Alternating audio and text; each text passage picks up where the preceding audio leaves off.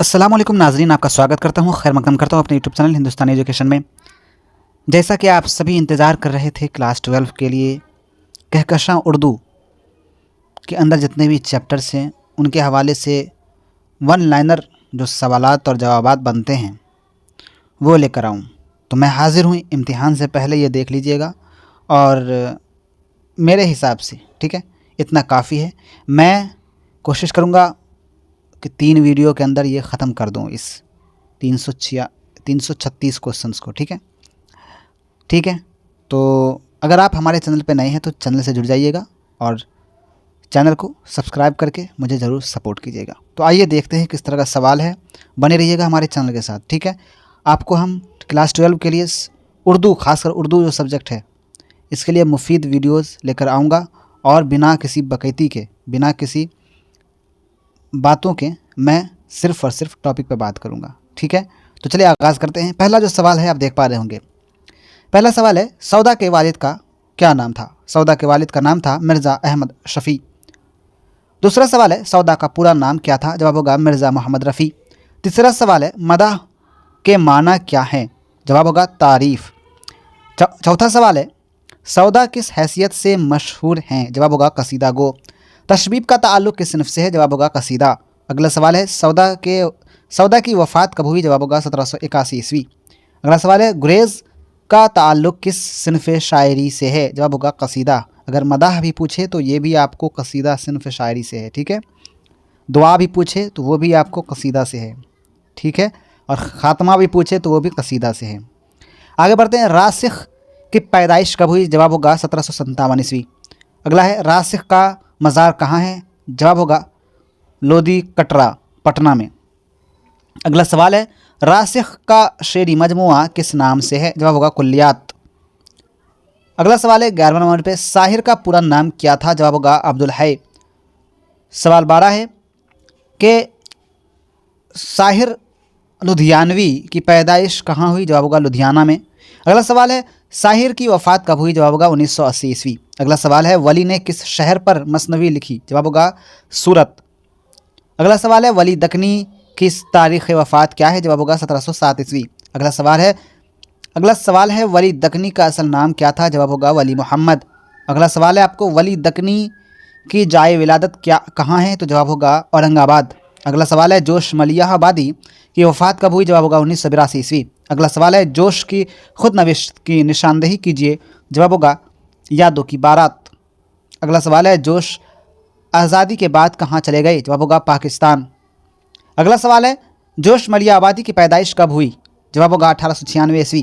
अगला सवाल है, जोश मलिया आबादी के वालिद का क्या नाम था? जवाब होगा बशीर अहमद खान। अगला सवाल है, जोश का पूरा नाम क्या था? जवाब होगा शब्बीर हसन खान। अगला सवाल है, अलीगढ़ मुस्लिम यूनिवर्सिटी का तराना किसने लिखा है? जवाब होगा मजाज लखनवी ने। अगला सवाल है, मजाज की पैदाइश कहाँ हुई? जवाब होगा रुदौलवी। अगला सवाल है, मजाज का ताल्लुक़ किस सूबे से था? जवाब होगा उत्तर प्रदेश। अगला सवाल है, मजाज ऑल इंडिया रेडियो में कब मुलाजिम हुए? जवाब होगा 1935 ईस्वी। अगला सवाल है, नज़्म आवारा किस मशहूर शायर की तख्लीक है? जवाब होगा मजाज लखनवी। ये सवाल बेहद इंपॉर्टेंट है। ठीक है, ये वेरी इंपॉर्टेंट है, इसे याद रखिएगा। नज़्म आवारा किसकी लिखी हुई है? तो जवाब दीजिएगा मजाज लखनवी। अगला सवाल है, उर्दू में किस ज़बान की तवस्सुत से गीत की शमूलियत हुई? तो जवाब होगा हिंदी। अगला सवाल है, साहिर ने उर्दू फ़ारसी की तालीम किस उस्ताद से हासिल की थी? तो जवाब होगा फ़ैयाज़ हरगानवी। साहिर ने उर्दू फ़ारसी की तालीम फ़ैयाज़ हरगानवी से हासिल की थी। अगला सवाल है, साहिर लुधियानवी किस मशहूर रिसाले के मुदीर आला मुकर्रर हुए? जवाब होगा अदब लतीफ़ के मुदीर आला मुकर्रर हुए थे साहिर लुधियानवी। अगला सवाल है, तो हिंदू बनेगा ना मुसलमान बनेगा, ये गीत किस शायर ने लिखा है? जवाब होगा साहिर लुधियानवी ने। सवाल है, शायर फलक किसके इशारे पर अपना पाँव पहचानने लगा? जवाब होगा माशूक। अगला सवाल है, वली के एक शागिर्द ने दीवाने वली का मखतूता लिखा था, उसका नाम क्या था? जवाब होगा सनाउल्लाह। अगला सवाल है, ए वली जो लिबास तन पर रखा इस मिसरे में वली क्या है? तो वली जो है ये तखल्लुस है। तखल्लुस गज़ल के आखिरी शेर में जहाँ पे शायर अपना नाम यानी मक्ता इस्तेमाल करता है उसे तखल्लुस कहा जाता है। अगला सवाल है, किस शायर को शुमाल और जुनूब के दरमियान एक पल तस्वुर किया जाता है? जवाब होगा वली दकनी। अगला सवाल है, वली दकनी ने मदरसा हिदायत बख्श में किस उस्ताद से तालीम हासिल की? जवाब होगा शेख नूरुद्दीन। अगला सवाल है, जोश मलियाबादी की एक मशहूर नसरी किताब का नाम बताइए? जवाब होगा यादों की बारात। अगला सवाल है, जोश की किताब यादों की बारात का ताल्लुक़ किस नसरी सिनफ से है? जवाब होगा खुद नविश्त। अगला सवाल है, आपके निसाब में शामिल शिकस्ते जिंदा का ख्वाब के शायर कौन हैं? जवाब होगा जोश मलियाबादी। अगला सवाल है, जोश मलियाबादी को इकबाल की सिफारिश पर हैदराबाद के किस इदारे में मुलाजमत मिली? जवाब होगा दारुल तर्जुमा में। 42वां नंबर पर सवाल पूछा है, आलम है डैश कोई दिल साफ़ नहीं है, मुनासिब लफ्ज़ से मिसरा मुकम्मल कीजिए। तो ये आपको आपके निसाब से लिया गया है, तो इसका जवाब होगा मुकद्दर। अगला है सवाल है, एक फूल का मजमून हो तो डैश से बांधो खाली जगह को पुर कीजिए। तो यानी कि एक फूल का मजमून हो तो 100 रंग से बांधो। अगला सवाल है, किसके मसाइब को शेर में कलमबंद करने का नाम रिवायती मरसिया है? जवाब होगा शुहदाए करबला। अगला सवाल है, इनमें से कौन सा शायर मरसिया निगारी के लिए मशहूर है? तो जवाब होगा मीर अनीस। ठीक है, मीर बब्बर अली अनीस जो हैं ये मरसिया निगारी में मशहूर शायर हैं।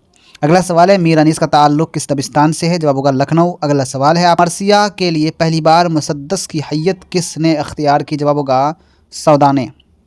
अगला सवाल है, सिनफ मरसिया को बामे उरूज तक किसने पहुँचाया? जवाब होगा मीर अनीस ने।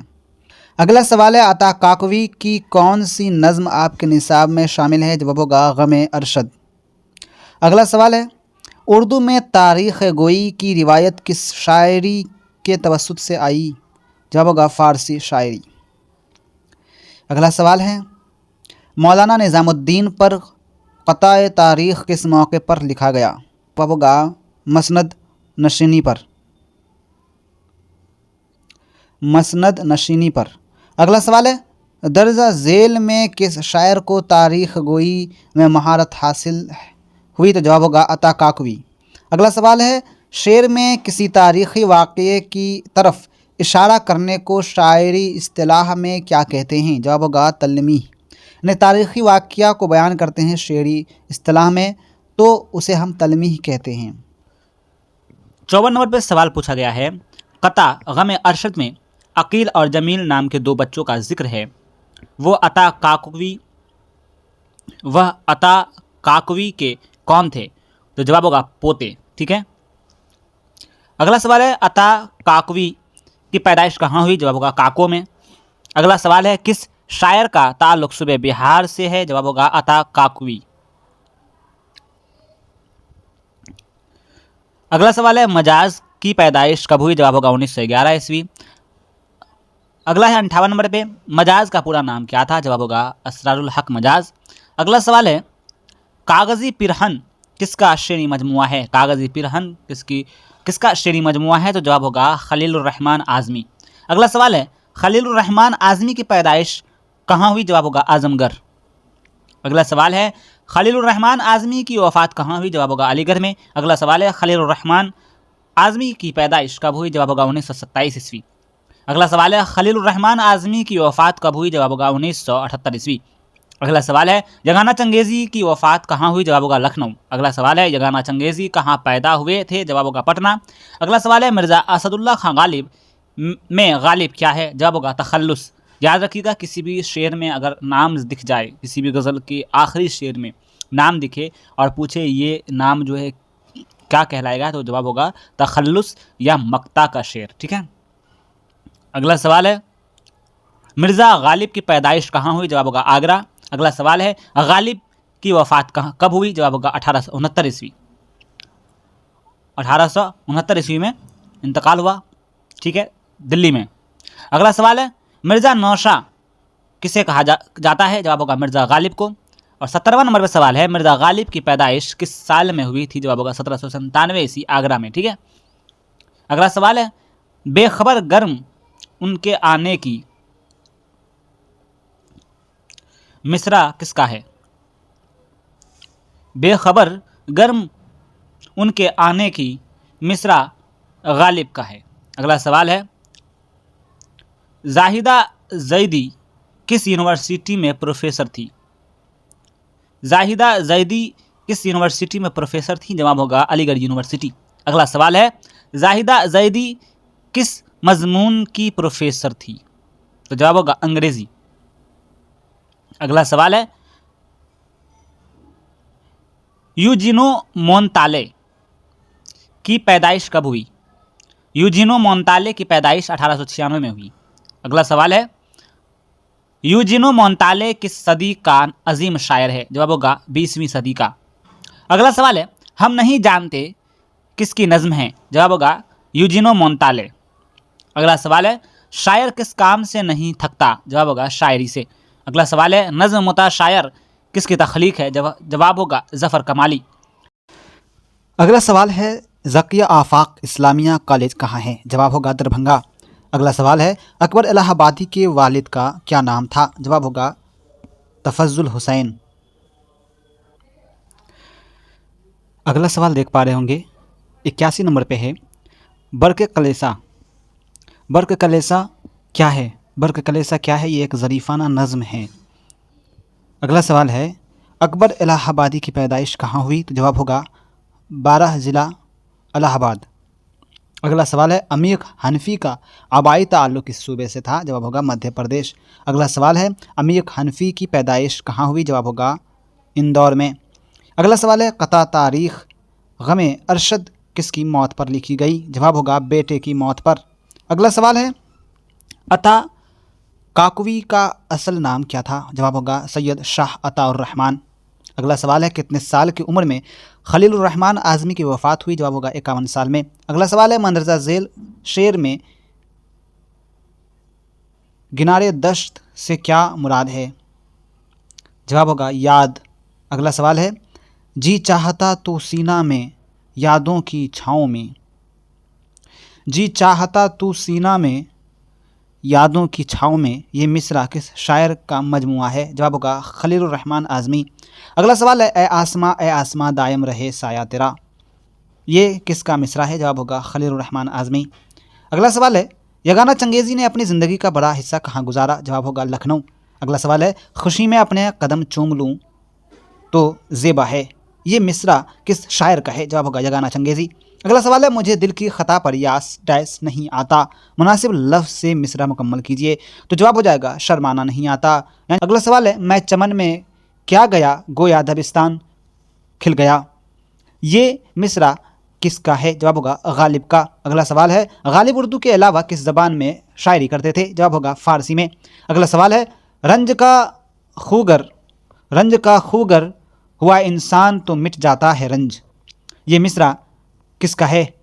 जवाब होगा गालिब। अगला सवाल है यार अब ज़माना मुझको मिटाता है किस लिए, ये मिसरा किस शायर का है? जवाब होगा मिर्ज़ा गालिब। अगला सवाल है शायर अपने अशआर में असली नाम के अलावा एक मुख्तसर नाम इस्तेमाल करता है, वो क्या कहलाता है? उसे कहते हैं तखल्लुस। ठीक है, तखल्लुस कहते हैं और इसे मक्ता का शेर भी कहा जाता है। अगला सवाल है जब किसी गज़ल में एक से ज़्यादा मतला हो तो उसे क्या कहते हैं? जवाब होगा हुस्न मतला, यानी गज़ल का पहला शेर जो होता है वो मतला कहलाता है। अगर मतला के बाद एक और मतला आ जाए तो उसे कहते हैं हुस्न मतला। अगला सवाल है जो 100वां नंबर पर सवाल है निसाब में शामिल नज़्म हम नहीं जानते का तर्जुमा किस ज़बान से किया गया है? जवाब होगा इतालवी। अगला सवाल है नज़्म हम नहीं जानते का उर्दू तर्जमा किसने किया? जवाब होगा जाहिदा जैदी। अगला सवाल है यूजिनो मोंताले को नोबेल इनाम से कब नवाजा गया? जवाब होगा 1975 ईस्वी। अगला सवाल है ज़फ़र कमाली के बच्चों से मुताल्लिक़ शायरी का मजमुआ कौन सा है? जवाब होगा बच्चों का बाग। अगला सवाल है 104 नंबर पे अकबर इलाहाबादी को किन खिदमात के सिले में खान बहादुर का खिताब दिया गया? जवाब होगा अदालती खिदमात।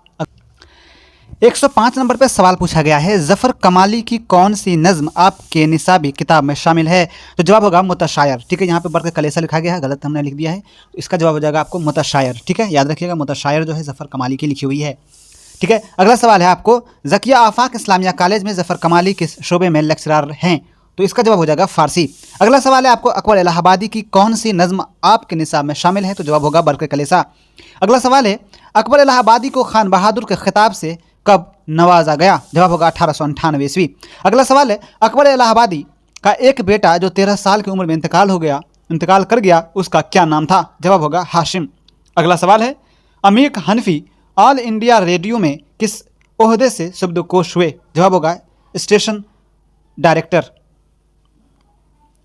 अगला सवाल है, अमीक हनफी को किस अदबी तहरीक से वाबस्ता मुअत्तबर शायर तस्लीम किया जाता है? जवाब होगा जदीदियत तहरीक से। अगला सवाल है, दर्जा झेल में अमीक हनफी की कौन सी तसनीफ़ तनकीद के मौजू पर है? जवाब होगा शोले की शनाख्त। अगला सवाल है, दर्जा झेल में कौन सी नज़्म अमीक हनफी की है? जवाब होगा खेती। अगला सवाल है, खेती किसकी नज़्म है? जवाब होगा अमीक हनफी। अगला सवाल है आपको, 4 मिसरों पर मुश्तमिल सिन्फ को क्या कहते हैं? जवाब होगा रुबाई। ठीक है, अगला सवाल है, अमीक हनफी का असल नाम क्या था? जवाब होगा अब्दुल अजीज़ हनफी। अगला सवाल है, अमीक हनफी की पैदाइश कब हुई? जवाब होगा 1928 ईस्वी। अगला सवाल है आपको, इनमें से कौन सी नज़्म अली सरदार जाफरी की है? जवाब होगा मेरा सफ़र। अगला सवाल है, अली सरदार जाफरी की पैदाइश कहाँ हुई? जवाब होगा बलरामपुर। अगला सवाल है आपको, अली सरदार जाफरी की वफ़ात कब हुई? जवाब होगा 2000 ईस्वी। अगला सवाल है, कामिल इनकलाब का तस्वुर किसने पेश किया? जवाब होगा जयप्रकाश नारायण।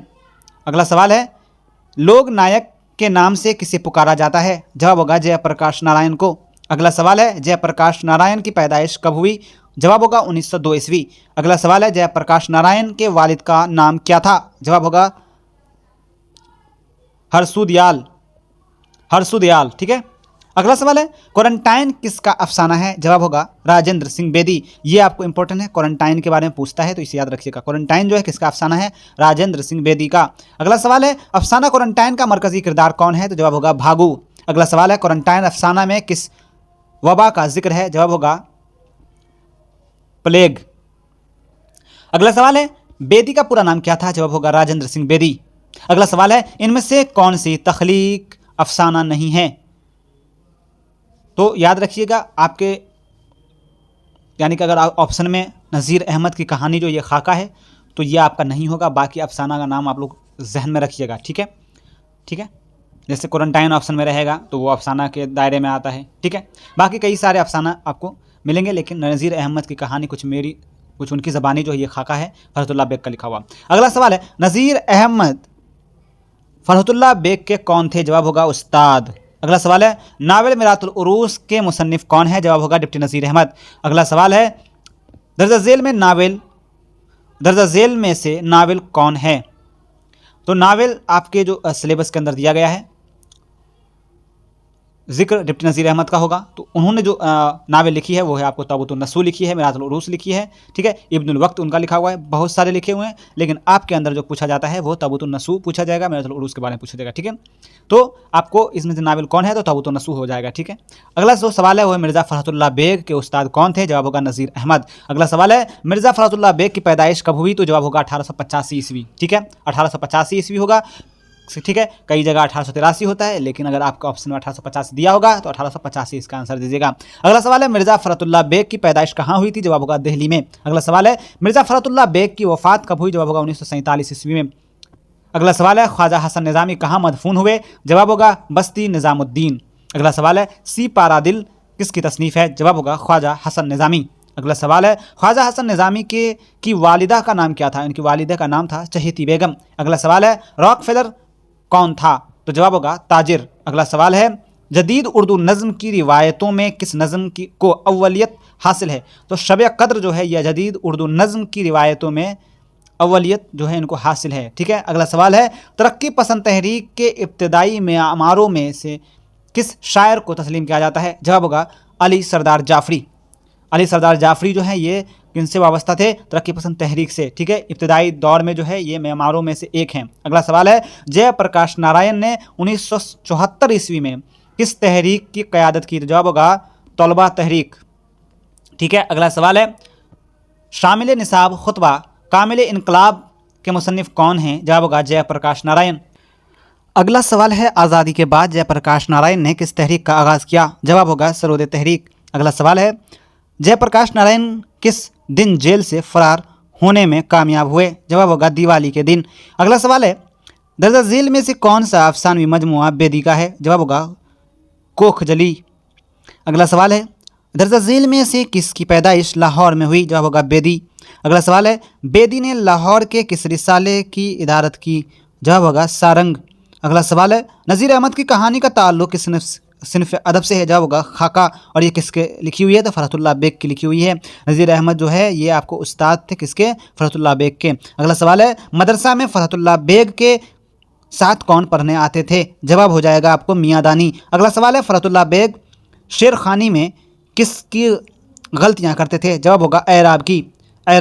अगला सवाल है, फरहतुल्लाह बेग के मजमुआ मज़ामीन फरहत के नाम से कितने जिल्दों में शाये हुई हैं? तो 7 हो जाएगा। अगला सवाल है, मिर्ज़ा फरहतुल्लाह बेग के जद्द अमजद किस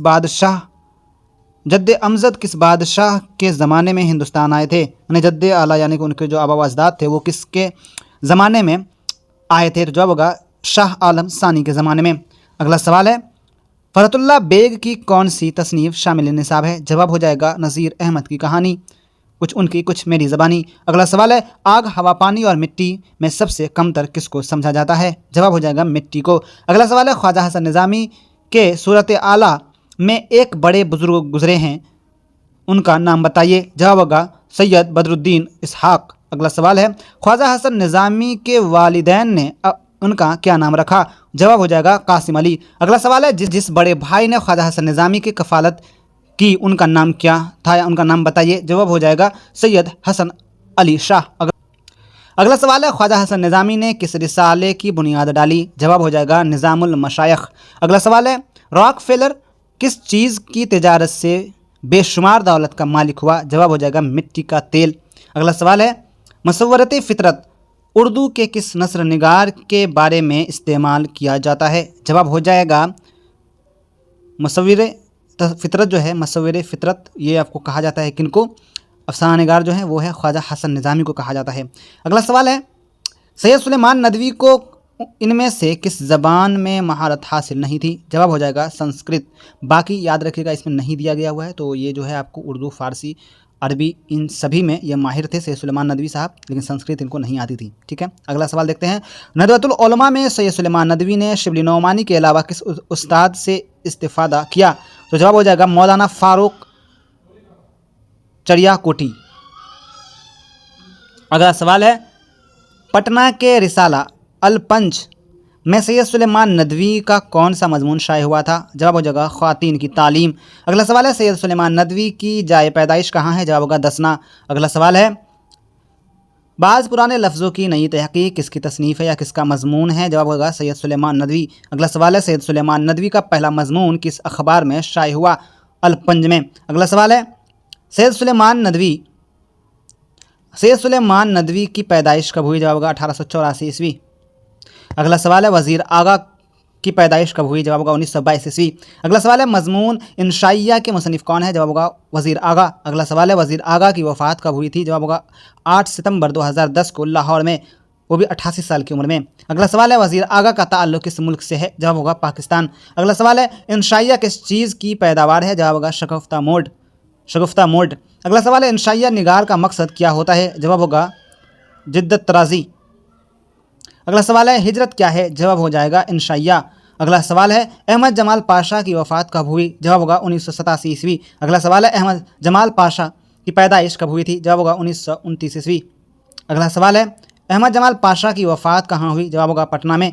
अगला सवाल है, हिजरत किसका इंशाइया है? जवाब हो जाएगा अहमद जमाल पाशा। अगला सवाल है, जन्नत से हुक्म सफ़र किसको हुआ? जवाब हो जाएगा आदम अलैहिस्सलाम को। अगला सवाल है, हज़रत याकूब अलैहिस्सलाम और यूसुफ अलैहिस्सलाम में क्या निस्बत है? जवाब हो जाएगा बाप बेटे की। अगला सवाल है, बंजारों को और किस नाम से पुकारा जाता है? खाना बदोश। ये इंपॉर्टेंट है, याद रखिएगा। अगला सवाल है, बागो बहार का ताल्लुक़ किस सिनफ़ से है? जवाब हो जाएगा दास्तान। अगला सवाल है, किस्सा आज़ाद बख्त का किस किताब का हिस्सा है? जवाब हो जाएगा बागो बहार। अगला सवाल है फोर्ट विलियम कॉलेज कहाँ कायम किया गया? जवाब होगा कोलकाता। अगला सवाल है बागो बहार किस फारसी किताब का तर्जुमा है? जवाब हो जाएगा किस्सा चहार दरवेश का। अगला सवाल है बागो बहार के मुसन्निफ कौन है? जवाब होगा मीर अमन देहलवी। अगला सवाल है दास्तान सबरस के मुसन्निफ कौन है? जवाब होगा मुल्ला वजी। अगला सवाल है सादत हसन मंटो की वफात कब हुई? जवाब हो जाएगा 1955 ईस्वी। अगला सवाल है टोबा टेक सिंह का असल नाम बताइए? जवाब होगा बिशन सिंह। अगला सवाल है सादत हसन मंटो कब पैदा हुए? जवाब होगा 1912 ईस्वी में। अगला सवाल है टोबा टेक सिंह का अफसाना है? जवाब होगा सादत हसन मंटो। अगला सवाल है प्रॉमिस क्या है? प्रॉमिस क्या है? यहाँ पे आप गलत लिखा गया है, ठीक है। प्रॉमिस क्या है? यह अफसाना है। अगला सवाल है मंटू का एक बेटा जमशेद कहाँ रहता था? जवाब होगा शिकागो। अगला सवाल है मंटो को उर्दू लिखना पढ़ना किसने सिखाया? जवाब होगा बड़ी बहू ने। अगला सवाल है वजीर आगा के एक इंशाइयों के मजमूए का नाम लिखिए? जवाब होगा चोरी से यारी तक। अगला सवाल है जिस तहरीक में शेरी अदब की तफहीम और ताबीर व तशरीह की जाए उसे क्या कहते हैं? तो जवाब होगा तनकीदी मजमून। अगला सवाल है आपको एक मुमताज़ नाक़िद की हैसियत से वज़ीर आगा की शनाख्त कब कायम हुई? जवाब होगा 1947 ईस्वी में। अगला सवाल है इस वीडियो का जो कि आखिरी सवाल है वो है उर्दू शायरी का मिजाज के मुसन्निफ़ कौन है? जवाब होगा वज़ीर आगा। अगला सवाल है 201 नंबर पे वज़ीर आगा की एक तनकीदी मज़ामीन के मजमूए का नाम लिखिए? जवाब हो जाएगा नए तनाज़ुर। अगला सवाल है इनमें से कौन सी किताब अहमद जमाल पाशा की नहीं है? तो आप जानते हैं कि इनकी किताब कौन सी आपके निसाब में शामिल है? अगर आप जानते हैं तो मुझे कमेंट सेक्शन में ज़रूर बताइएगा, ठीक है। और यहाँ नहीं पूछा गया है तो अंदेशा फ़र्दा जो है इसका जवाब दिया गया है। ये आपको मारूजी सवालात से ही है क्वेश्चंस, और मैंने इसे बगैर ऑप्शन के डायरेक्ट आंसर के साथ लिखा है, और ताकि वक्त कम बचे और आपके सामने सवाल जल्दी पहुँच जाए। आगे देखिए क्या लिखा हुआ है। अहमद जमाल पाशा ने किस यूनिवर्सिटी से एमए किया? जवाब हो जाएगा अलीगढ़ मुस्लिम यूनिवर्सिटी। अगला सवाल है अहमद जमाल पाशा बिहार के किस कॉलेज में मुलाजमत की? तो जवाब हो जाएगा ज़किया आफाक इस्लामिया कॉलेज। ये दाल इंशाइया हिजरत में मुसन्निफ़ ने मगरिब को किस अलामत करार दिया है?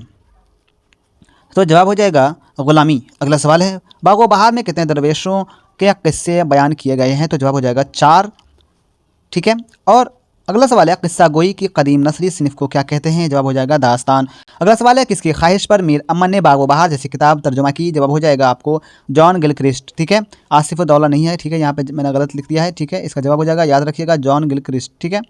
अगला सवाल है किस सिनफ में माफुकुल फितरत अनासिर की कार फरमाई होती है? जवाब हो जाएगा दास्तान। अगला सवाल है शामिल निसाब इक़्तिबास बागो बहार के किस दरवेश की कहानी माखूज है? जवाब हो जाएगा चौथे दरवेश की।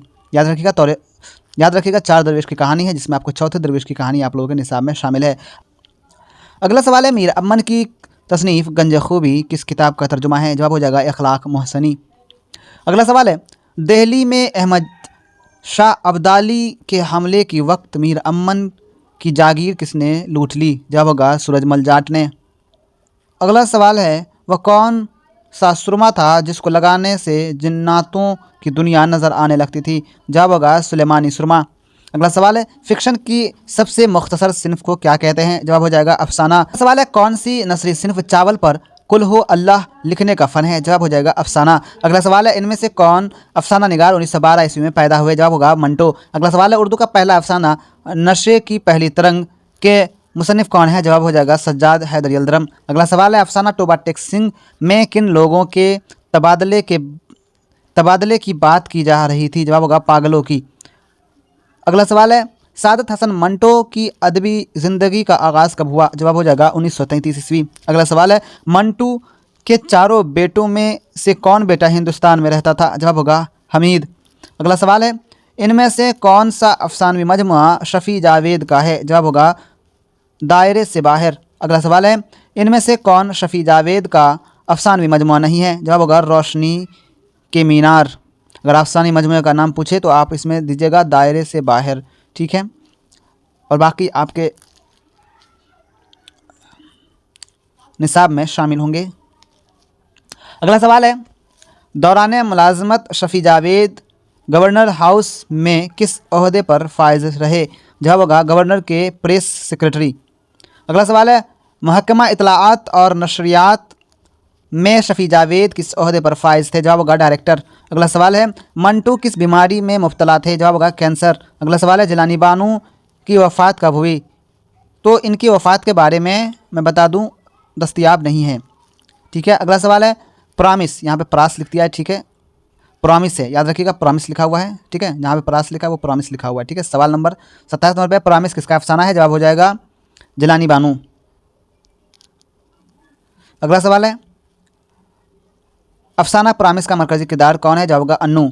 अगला सवाल है ऐवान गज़ल किसका नावल है? जवाब होगा जिलानी बानू। अगला सवाल है जिलानी बानू की पैदाइश कहाँ हुई? जवाब होगा बदायूं में। अगला सवाल है शफ़ी जावेद की पैदाइश कहाँ हुई? जवाब होगा मुजफ्फरपुर। अगला सवाल है शफ़ी जावेद फ़िल वक्त कहाँ मुकीम है? जवाब होगा पटना। अगला सवाल है शफ़ी जावेद का आबाई वतन कहाँ है? जवाब होगा मुजफ्फरपुर। अगला सवाल है शफ़ी जावेद के पहले अफसाना का उन्वान क्या है? जवाब होगा आर्ट और तंबाकू। अगला सवाल है जर्नलिस्ट रूबी रंजन अजीज़ अहमद के कौन थे? जवाब हो जाएगा पुराने दोस्त।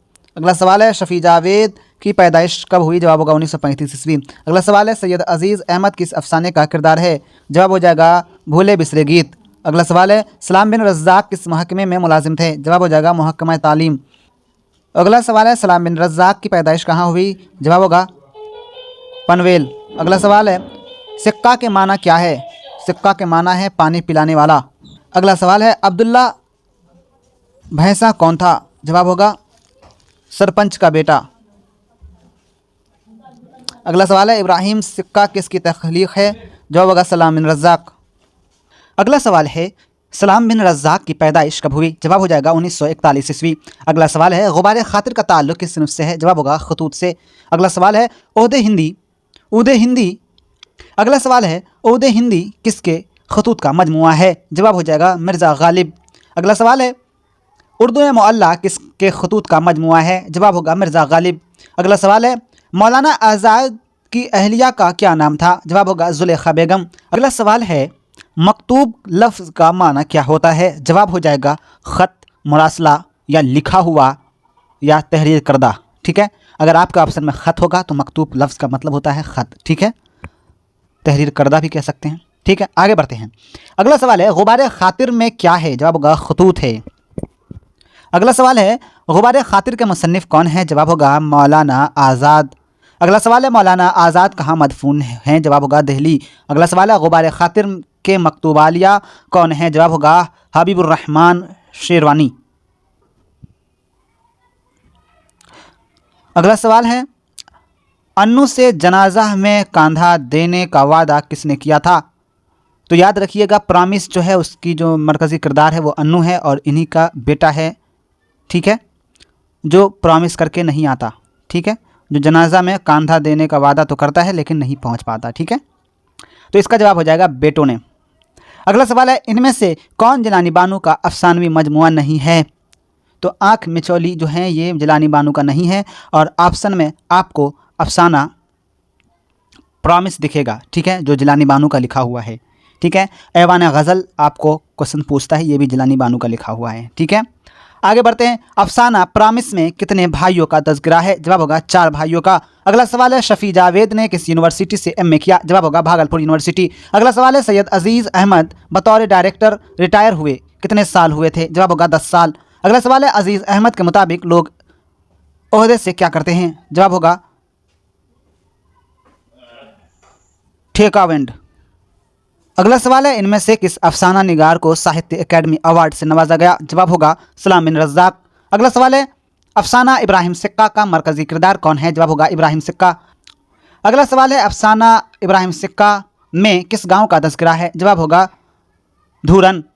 अगला सवाल है सलाम बिन रज़्ज़ाक़ मौलमी की मुलाजमत से कब शब्दकोश हुए? जवाब होगा 1999 ईस्वी। अगला सवाल है सलाम बिन रज़्ज़ाक़ का कौन सा अफसाना आपके निसाब में शामिल है? जवाब होगा इब्राहिम सिक्का। अगला सवाल है अफसाना इब्राहिम सिक्का में स्कूल इंचार्ज कौन है? जवाब होगा अब्दुल रब। अगला सवाल है ऊदे हिंदी और उर्दू मुअल्ला का ताल्लुक़ किस सिनफ से है? ये जो सिनफ है ये आपको खतूत है। अगला सवाल है इनमें से किस रिसाले का ताल्लुक़ मौलाना आज़ाद से नहीं है? तो वह हमदर्द है। अल हलाल आपका मौलाना आज़ाद का लिखा हुआ है। अलबलाग भी आपको आज़ाद का लिखा हुआ है, ये रिसाला है इनका। अगला सवाल है, मौलाना आज़ाद पहली बार किस उम्र में कांग्रेस के सदर हुए? जवाब होगा 35 साल में। अगला सवाल है, कोई अदीब जब अपने हालात ज़िंदगी को खुद लिखते हैं तो उसे क्या कहते हैं? जवाब होगा खुद नविश्त।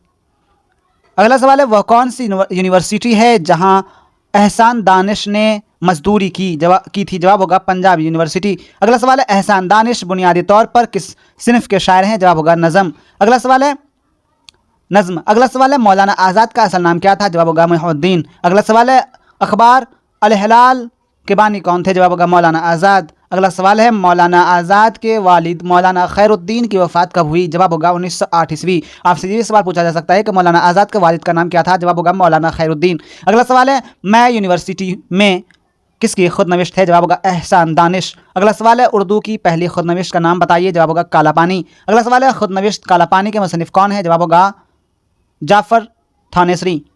अगला सवाल है, एहसान दानिश का असल नाम क्या था? जवाब होगा एहसानुल हक। अगला सवाल है, एहसान दानिश के वालिद का नाम क्या था? जवाब होगा काजी दानिश अली। अगला सवाल है, एहसान दानिश की वफ़ात कब हुई? जवाब होगा 1982 ईस्वी। अगला सवाल है, रजब अली बेग सुरूर से कौन सी किताब मंसूब है? जवाब होगा फसाना अजायब। फसाना अजायब। अगला सवाल है, मुल्ला वज़ही किस किताब के मुसन्निफ हैं? जवाब होगा सबरस। अगला सवाल है, सुरूर का पूरा नाम क्या था? जवाब होगा रजब अली बेग सुरूर। अगला सवाल है, मिर्ज़ा रजब अली बेग सुरूर कब पैदा हुए? जवाब होगा 1785, कहीं पे 86 लिखा रहता है, ठीक है। आगे बढ़ते हैं। अगला सवाल है, रजब अली बेग सुरूर की वफ़ात कहाँ हुई? जवाब होगा रामनगर बनारस। अगला सवाल है, मुल्ला वजी किस किताब के मुसन्निफ हैं? जवाब होगा सबरस। अगला सवाल है, इनमें रतननाथ सरशार का नावल कौन सा है? जवाब होगा फसाना आज़ाद। फसाना आज़ाद जो है रतननाथ सरशार का है, ठीक है। और फसाना अजायब किसका है? आपने ऊपर देखा था, अगर आपको पता है तो आप मुझे कमेंट सेक्शन में ज़रूर बताइएगा। अगला सवाल है, दर्ज झेल शोरा में कसीदा गो कौन है? जवाब होगा मिर्ज़ा मोहम्मद रफ़ी सौदा। अगला सवाल है, कसीदा निगारी का नक्काश अव्वल किसे कहा जाता है? जवाब होगा मिर्ज़ा मोहम्मद रफ़ी सौदा। अगला सवाल है, तज़हीक रोज़गार क्या है? जवाब होगा हजू। अगला सवाल है, गुलजार नसीम क्या है? जवाब होगा मसनवी।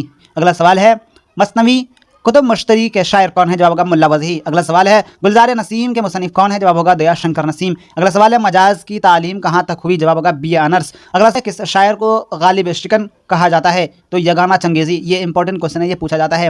अगला सवाल है, कौन शायर है जिसे मुश्किल पसंद कहा गया है? जवाब होगा गालिब। ये भी इंपॉर्टेंट सवाल है। अगला सवाल है, निसाब में शामिल गुफ्तगू क्या है? जवाब होगा नज़्म। अगला सवाल है, बागो बहार किस सन में लिखी गई? जवाब होगा 1802।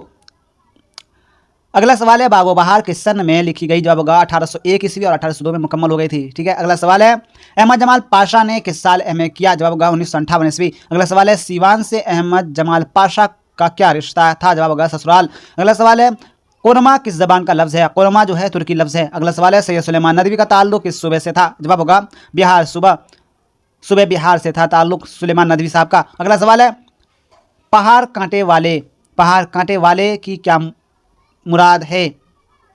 जवाब होगा फरहाद। अगला सवाल है, 4 मिसरों पर मुश्तमिल सिंह को क्या कहते हैं? जवाब होगा रुबाई। अगला सवाल है, इनमें से कौन शायर अजीमाबादी नहीं है?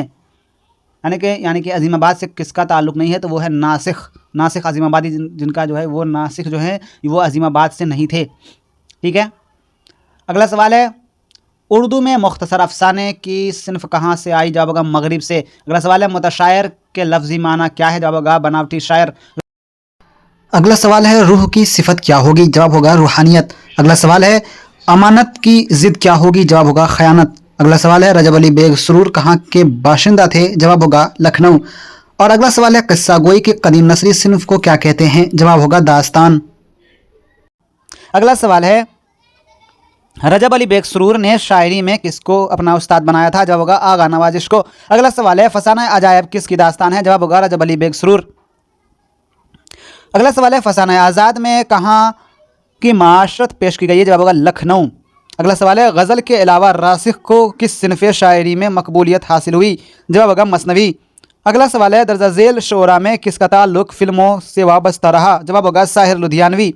अगला सवाल है, साथी हाथ बढ़ाना किस शायर का गीत है? जवाब होगा साहिर लुधियानवी। अगला सवाल है, तज़हीक रोज़गार में किसका मजाक उड़ाया गया है? जवाब होगा फ़ौजी निज़ाम का। अगला सवाल है, शोहरत की रात और मैं डैश वो नाकारा फिरूं तो इसमें जो मुनासिब लफ्ज़ इस्तेमाल होंगे वो होगा आपको नाशाद, यानी कि शोहरत की रात और मैं नाशाद वो नाकारा फिरूं। अगला सवाल है, क्या हिंद का डैश काँप रहा है, गूंज रही हैं तकबीरें। मुनासिब लफ्ज़ से मिसरे मुकम्मल कीजिए। जवाब होगा, क्या हिंद का जिंदा काँप रहा है, गूंज रही हैं तकबीरें। जिंदा जेल को कहते हैं। अगला सवाल है, ऐसे मिसरे, फ़िक्रे और जुमले को क्या कहते हैं जिससे तारीख़ बरामद होती है। जवाब होगा, मादा तारीख़।